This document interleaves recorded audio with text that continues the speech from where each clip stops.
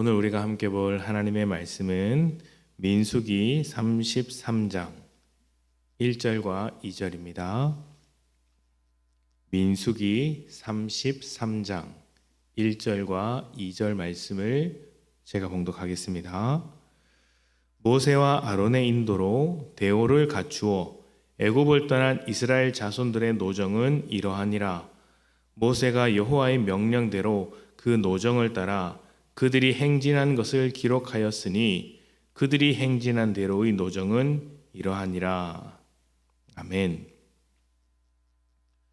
우리가 방금 읽은 민수기 34장은 애굽에서부터 가나안 땅 바로 앞 모압에 이르기까지 이스라엘 백성이 지나온 여정, 어디에 진치고 어디에 머물렀다라는 것을 아주 길게 소개하는 장입니다.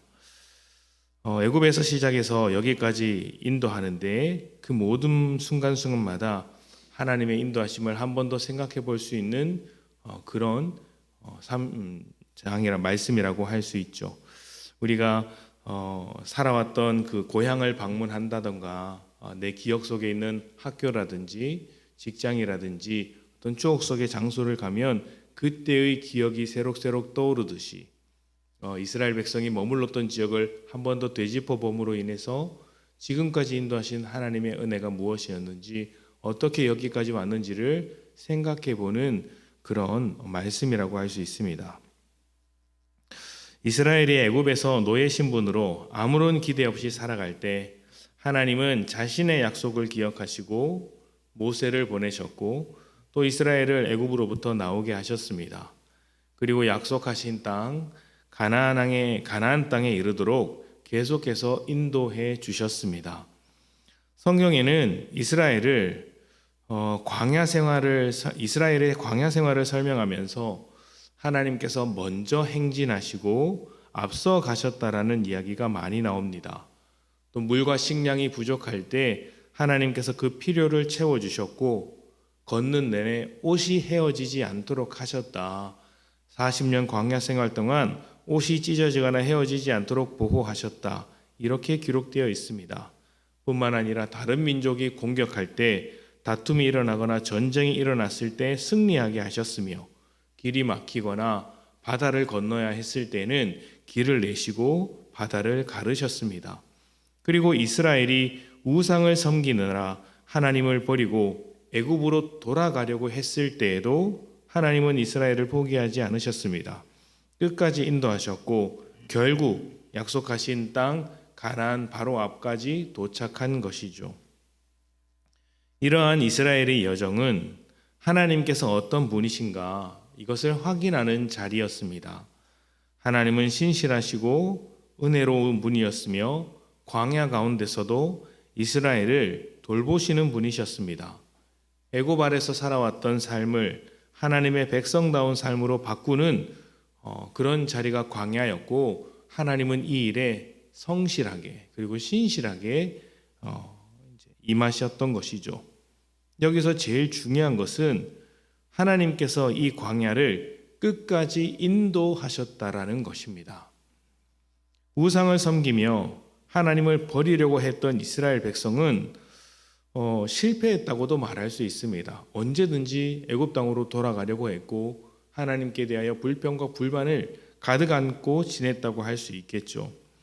하나님만 붙잡고 믿음으로 광야를 지나가는 그런 삶을 생각해 볼 때 분명히 실패했습니다. 그들은 믿음의 삶에 대해서는 실패했다고 할 수 있죠. 그러나 그들이 여전히 하나님의 백성일 수 있었던 것은 하나님은 실패하지 않으시는 분이기 때문입니다.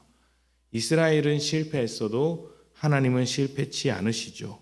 이스라엘의 실패에도 불구하고 하나님은 이스라엘을 포기하지 않았고 끝까지 설득하며 그들을 이끌고 광야를 건너가게 했던 것입니다. 하나님은 신실하신 분입니다. 그런데 이 신실하시다라는 말의 의미를 우리가 그렇게 깊이 있게 생각해 보지는 않는 것 같습니다. 신실하다는 것은 믿음직스럽다라는 의미인데 우리가 어떤 사람을 볼 때 언제 믿음직합니까?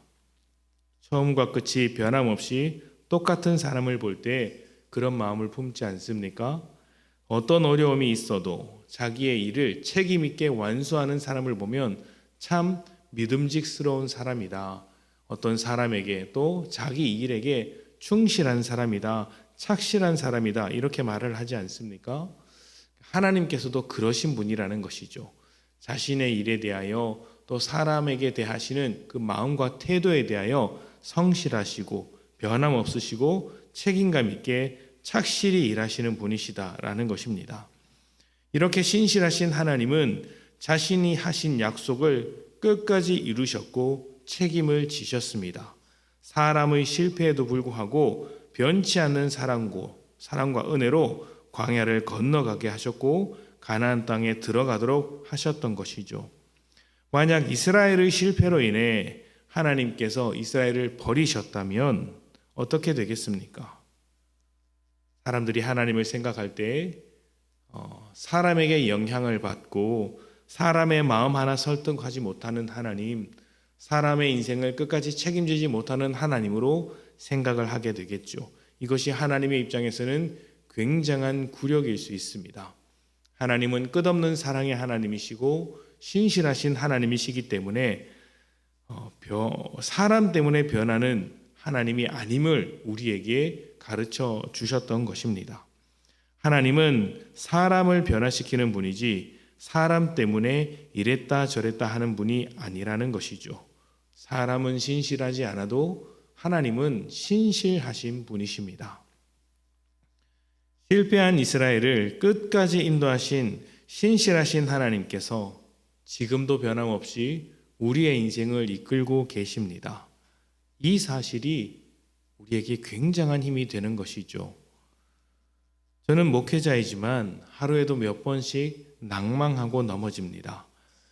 우리의 육신의 곤고함과 연약함도 있겠지만 우리 믿음의 약함, 연약함 때문에 스스로 부끄러울 때가 참 많습니다. 목회자이면서도 나의 믿음이 연약하거나 부족하거나 이런 생각을 할 때가 참 많이 있죠. 그럼에도 제가 목회자로 살아갈 수 있는 이유는 하나님께서 신실하시기 때문입니다. 저는 넘어지지만 하나님은 사람을 세우시는 분이시기에 하나님을 의지하여 이 길을 걸어갈 수 있는 것입니다. 저에게 신실하신 하나님, 그리고 이스라엘에게 신실하신 하나님께서 여러분에게도 동일한 모습으로 신실하십니다. 많은 분들이 이렇게 고백을 하죠. 처음 믿었을 때의 그 첫사랑을 회복하고 싶다. 내가 그 마음을 잃어버려서 참 힘들고 속상할 때가 많다. 왜 이렇게 내 믿음이 연약해졌는가? 첫 마음, 첫사랑을 빨리 회복하고 싶다고 많이들 이야기합니다.